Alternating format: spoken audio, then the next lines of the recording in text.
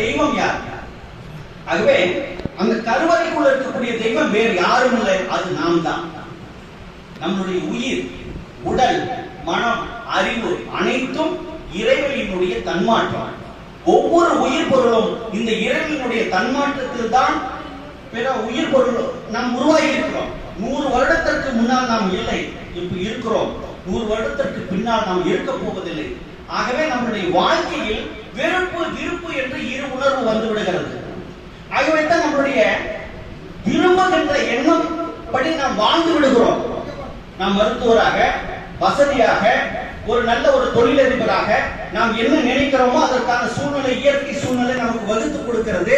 அதற்கான ஆட்களை நமக்கு பக்கத்திலே வாழ்க்கை துணை, குழந்தைகள் அனைத்தும் கிடைத்துவிடும். நாம் என்ன நினைக்கிறோமோ அந்த வாழ்க்கையில் உண்மையான தூய்மையான மனதில் நாம் நினைக்கும் போது அது அப்படியே அந்த சூழ்நிலை இயற்கை நமக்கு கொடுத்து விடுகிறது. பிறகு என்ன நடக்கிறது என்று சொன்னால், நாம் நம்முடைய வாழ்க்கை சூழ்நிலை நகர்ந்து கொண்டிருக்கும் போது நமக்குள் சிலர் இடங்களில் வெறுப்புணர்வு ஏற்படுகிறது. அந்த வெறுப்புணர்வு என்ன ஆகிறது என்று சொன்னால் அதுதான் பாவப்பதிவாக மாறுகிறது. என்னுடைய வாழ்க்கையில் நடந்த ஒரு உண்மை சம்பவம். அதாவது இப்ப இன்றைக்கு வள்ளலார் பிறந்த நாள் உங்களுக்கு தெரியும். ஆனால் வள்ளலார் எனக்கு மிக நெருங்கிய ஒரு தொடர்புடையவர். பல நேரங்களில் எனக்கு வள்ளலார் மிக நெருங்கிய தொடர்புடையவர். ஏன்னு சொன்னால், ஒரு நண்பர் வீரபாண்டியில ஒருத்தர் இருந்தார். அவர் வள்ளலாருடைய வாழ்க்கை வரலாறு நூல் எழுதினார். எத்தனையோ சன்மார்க்கவாதிகள்கிட்ட அந்த புக்கை கொண்டு போய் கொடுத்தார். இந்த புக்கை எப்படியாவது போட்டு பிரிண்ட் பண்ணி கொடுங்க அப்படின்னு. யாருமே அந்த நூலை தொட்டு, அவருடைய எழுத்து பிரதியை தொட்டு பதிவு செய்ய முடியவில்லை. அவர் என்னட்ட பார்த்து கொடுத்தார், நீங்க பார்த்து பண்ணி கொடுத்தார். ஒரே வாரத்தில் அதுக்கான நூலை அவர் வடலூர் வள்ளலார்னு எழுதியிருந்தார். நான் அருட்பெருஞ்சோதி வள்ளலார்னு நூலை ஒரே வாரத்தில் அந்த நூலை அவரிடம் கொண்டு கொடுத்தேன். அவர் கேட்டார், வள்ளலார் புத்தகத்தை இவ்வளவு அருமையா எழுதுறீங்களே, நீங்க சைவமா அசைவமா? நான் அசைவம் தான். நான் மறுக்கல, அசைவம் தான். ஏன்னா நிறைய பேர் என்கிட்ட கேட்கக்கூடிய கேள்வி, ஆன்மீக உச்ச நிலையில இருக்கக்கூடியவர்கள் கூட என்னிடம் கேட்பது சைவமா அசைவமா அப்படின்னு கேட்பாங்க. நான் அசைவம்.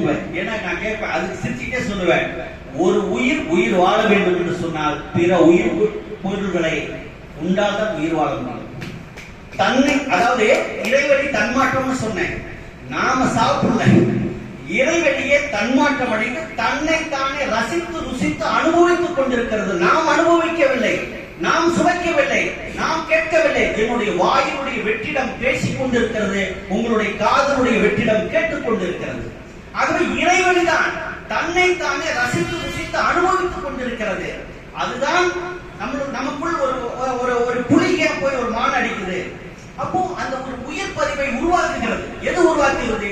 இந்த பிரபஞ்சம் உருவாக்குகிறது, இந்த இறைவனை உருவாக்குகிறது. அதன் அடிப்படையில பாத்தீங்கன்னா, நான் பிறந்தது ஒரு நான் பிறந்தது கசாப் கடைக்காரர். அவரு மருத்துவம் பார்ப்பார், ஆட்டுக்கு மருத்துவம் பார்ப்பாரு, ஆட்டை வார செய்வாரு, கசாப் வேலையும் செய்வார். எங்க அப்பா கிராமத்துல எந்த பட்டியல எந்த ஆட்டுக்கு ஏதோ பிரச்சனைனா இவர் தான் போடுவார், கத்தி எடுத்துட்டு வந்து வீட்டுல கூட்டிட்டு போவாங்க. அப்ப குழந்தை பருவத்துல நான் சைவமா தான் இருந்தேன். எனக்கு அசைவம் நரகத்துல இருக்கிற மாதிரி இருக்கும் என்னுடைய வீடு. எப்ப பார்த்தாலும் வீட்டுல ஆட்டுக்கறி தொங்கிட்டே இருக்கும், போத்து போட்டுட்டே இருப்பாங்க. நான் சாப்பிடவே மாட்டேன், பசியே கிடப்பேன். இப்படியே இருந்தது. எனக்கு ரொம்ப வெறுப்புணர்வா இருந்தது. எங்க அப்பா பார்த்தாரு, என்னடா இப்படியே இருக்கிற, உங்க அப்பா யாரு?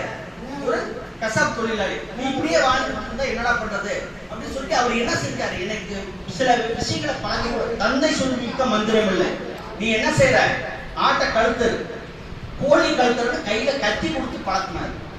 சின்ன வயசுல 10 வயசுல கொடுத்து பழக்கிறாரு. ஏன்னா நான் சாப்பிடாம இப்படியே இருந்துட்டு இருக்கிறது நல்லதில்ல, நம்ம வீட்டுல பிறந்துட்டு இந்த பழக்க வழக்கு ஒத்துப்போம் அப்படிங்கிற மாதிரி கொண்டு வர்றாரு.